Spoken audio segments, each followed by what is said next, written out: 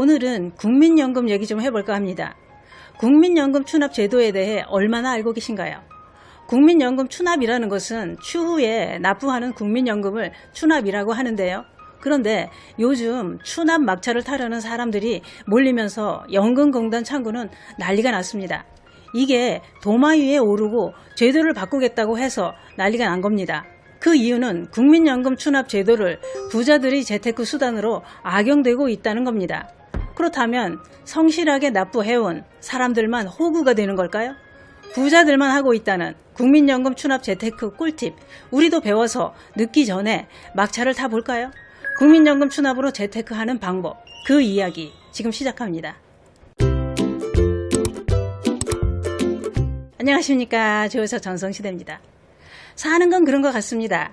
지금 하는 일이 잘 되고 잘 나가고 있다고 해도 언제 무슨 일이 생겨서 형편이 어려워질지 사람 사는 건 모르는 일입니다. 우리가 살아온 지난 날들을 되돌아봐도 삶이 늘 한결같지는 않았습니다.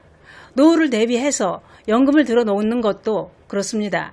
돈 많은 사람들이야 연금 없어도 밑에 돈이 숨을 못 쉬니 그걸 쓰면 되겠지만 형편이 어려울수록 연금은 필수지요.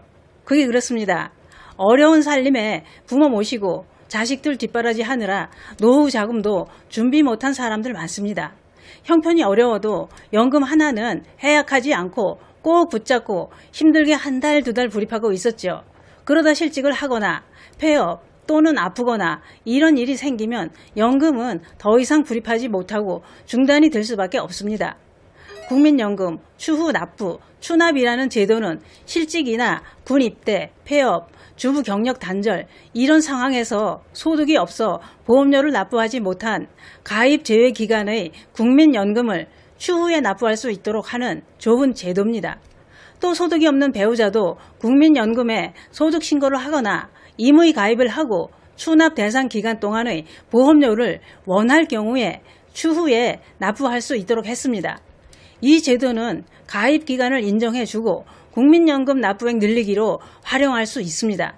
또 국민연금 최소 납부 기간인 10년을 채우기 위해서도 많이 활용하고 있는 제도인데 국민연금 추납 보험료는 그동안 못 냈던 보험료 전액을 일시불로 납부할 수도 있고 그 금액을 한 번에 납부하기 부담스럽다면 분할해서 납부할 수도 있다고 했습니다. 이렇게 형편이 어려운 연금 사각지대에 놓인 사람들을 위해 도입된 제도인데 이 추납 제도가 도마 위에 올라온 이유는 왜일까요? 그건 이렇습니다. 최근 추납 제도를 부자들이 벼락치기 재테크 수단으로 악용하고 있다는 지적이 계속 나오고 있습니다. 보건복지부에 따르면 2019년 추납 신청자 현황 자료에는 추납 제도를 이용한 국민은 14만 7,254명에 달한다고 했습니다. 2016년에 소득이 없는 배우자도 추납할 수 있도록 제도가 바뀌고 나서 추납 신청이 빠르게 늘어나고 있다는 겁니다.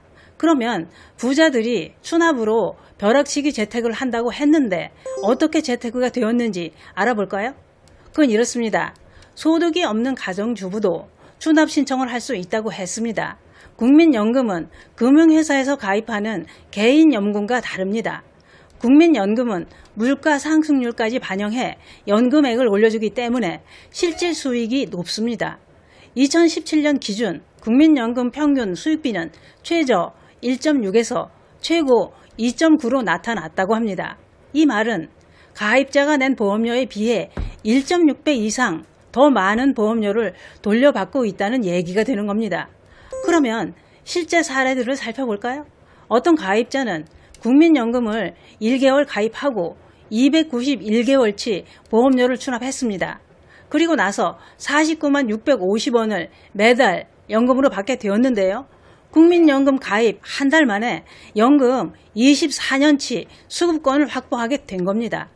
또 어떤 분은 7개월을 가입하고 283개월치 보험료 4,329만 원을 내고 월 78만 1,600원씩 매달 연금을 받는 사람도 있었습니다.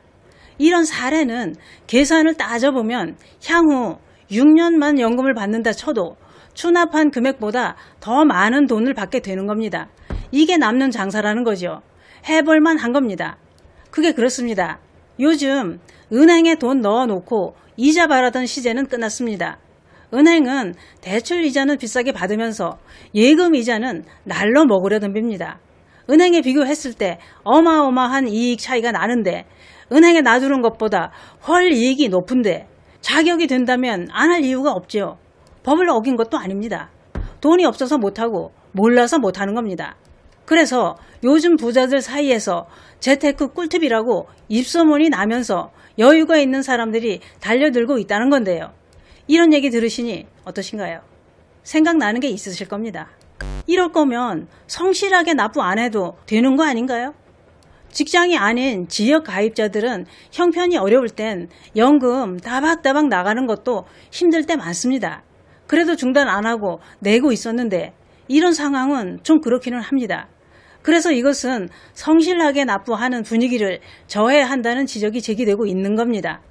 국민연금 가입에 제외됐던 기간 동안 이자도 한 푼 안 내고 추납을 하게 되니 꿀팁 소리 들을만 합니다. 돈 없는 사람들은 하고 싶어도 못합니다. 형편이 어렵고 낼 돈이 없어서 못 낸 보험료를 추납할 수 있다면 형편이 좋아진 거겠지요. 그런데 이 추납 제도는 직장인들한테는 따져보니 꿀팁도 재테크도 아닌 것 같습니다. 좀 애매한 부분도 있는 것 같기는 합니다. 현직에 있는 동안 보험 기간을 늘리려고 추납을 하려면 회사에서 내주던 보험료까지 본인이 납부해야 된다는 겁니다. 소득이 없는 가정주부나 경력 단절된 주부나 직장인들에게 혜택을 주려고 만들었기 때문에 잘 따져보고 나한테 이익인지 별 볼 일 없는 건지 알아보고 해야겠지요. 상황이 이렇다 보니 국회에서는 악용한다는 걸 인지하고 추납 제도를 바꾸겠다고 나섰습니다. 조만간 국민연금 추납 재테크 꿀팁은 사라지고 추납 제도는 개선될 것 같습니다만, 개선되려면 연말까지 시간은 있다고 합니다만 그게 그런 것 같습니다. 노후에는 수입은 없어도 지출은 해야 됩니다. 몇 푼 안 되는 돈이라도 들어오는 돈이 있어야 자식들한테 손 벌리지 않게 되고 아플 때 약값이라도 해야 됩니다. 그래서 힘들어도 끝까지 붙잡고 놓지 않는 게 연금입니다. 노후엔 현금이 최고입니다. 지금까지 부자들만 하고 있다는 국민연금 추납 재테크 꿀팁이었습니다. 그러나 돈 없는 사람들은 이것도 그림의 떡입니다. 감사합니다.